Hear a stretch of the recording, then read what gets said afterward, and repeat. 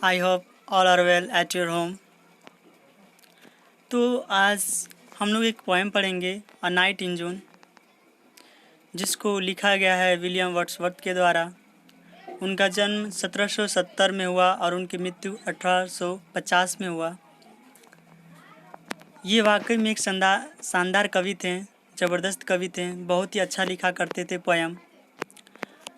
जब ये छोटे थे तो ये बहुत सारे बुक पढ़ते थे। इनको बुक पढ़ने में बहुत ज़्यादा रुचि थी और बुक पढ़ते पढ़ते इनको नॉलेज हुआ और यह क्या किए, बचपन में ही पोएम भी लिखना स्टार्ट कर दिए। बहुत सारे पोएम भी लिखे। इनके बारे में और एक इंटरेस्टिंग फैक्ट बताता हूँ। ये बहुत ही नेचर के क्लोज थे, मतलब वो नेचर की ब्यूटी को बहुत पसंद करते थे, हद से ज़्यादा पसंद करते थे। उसको ऑब्जर्व करते थे और उनसे कुछ न कुछ भाव सीखते थे, ठीक है। और उन्हीं सारे भाव को, उन्हीं सारे एक्सपीरियंस को वह अपने सारे कविताओं में लिख देते हैं, ठीक है। चलिए, तो अब हम लोग स्टार्ट करते हैं इस पोएम को। अ नाइट इन जून। यह पोएम जून के महीना में लिखा गया है और आप लोग को पता ही होता है कि जून के महीना में गर्मी भी होती है, तो उसी टाइम में लिख रहे हैं ये पोएम। कहते हैं कि the sun has been set, the stars are out by 2s and 3। कहते हैं कि बहुत देर हो गया है, सूर्य अस्त हो चुका है, सूर्य डूब चुका है, ठीक है। बहुत टाइम हो गया है डूबे हुए सूर्य को। Stars are out by 2s and 3। और जो आसमान में 2-3 तारे दिख रहे हैं हमें, वो कह रहे हैं कि हमें दिखाई दे रहे हैं। पोएट कह रहे हैं कि दिखाई दे रहे हैं तारे। The little birds are piping at among the bushes and tree.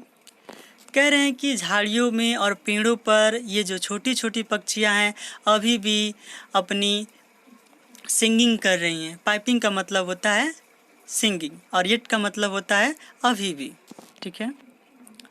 तो वो जो छोटे छोटे पक्षी हैं झाड़ियों में पेड़ों पर बैठे अपने क्या कर रही हैं, वो लोग सिंगिंग कर रही हैं। चलिए, there is a cuckoo and 1 or 2 thrushes।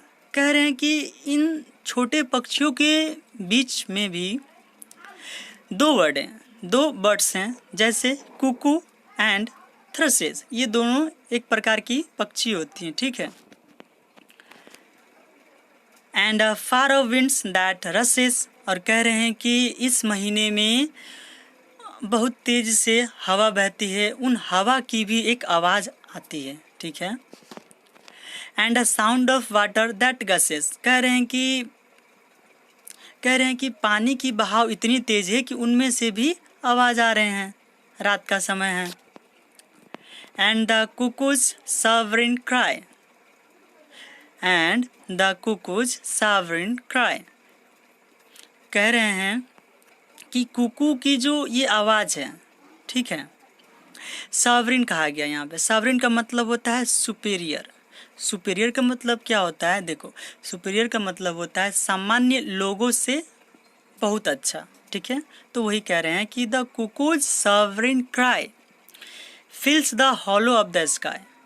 तो कह रहे हैं कि जो कुकू की जो ये मधुर मीठी सी जो आवाज़ है ना, जो आकाश में खालीपन सा लग रहा है, तो उन चीज़ों को, ये जो कुकू की आवाज़ें, इनकी मधुर आवाज़ें उस आकाश की खालीपन को अपनी मीठी मधुर सी आवाज़ से भर दिए हैं, ठीक है।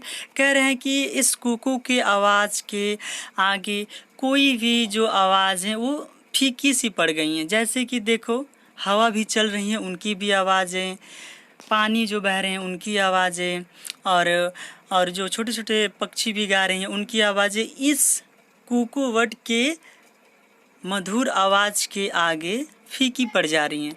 तो विलियम वर्ड्सवर्थ का यही ही टारगेट था कि वह अपने नेचर के ब्यूटी को एक्सप्लेन कर दें। तो उन्होंने सब इस पोएम में लिखा।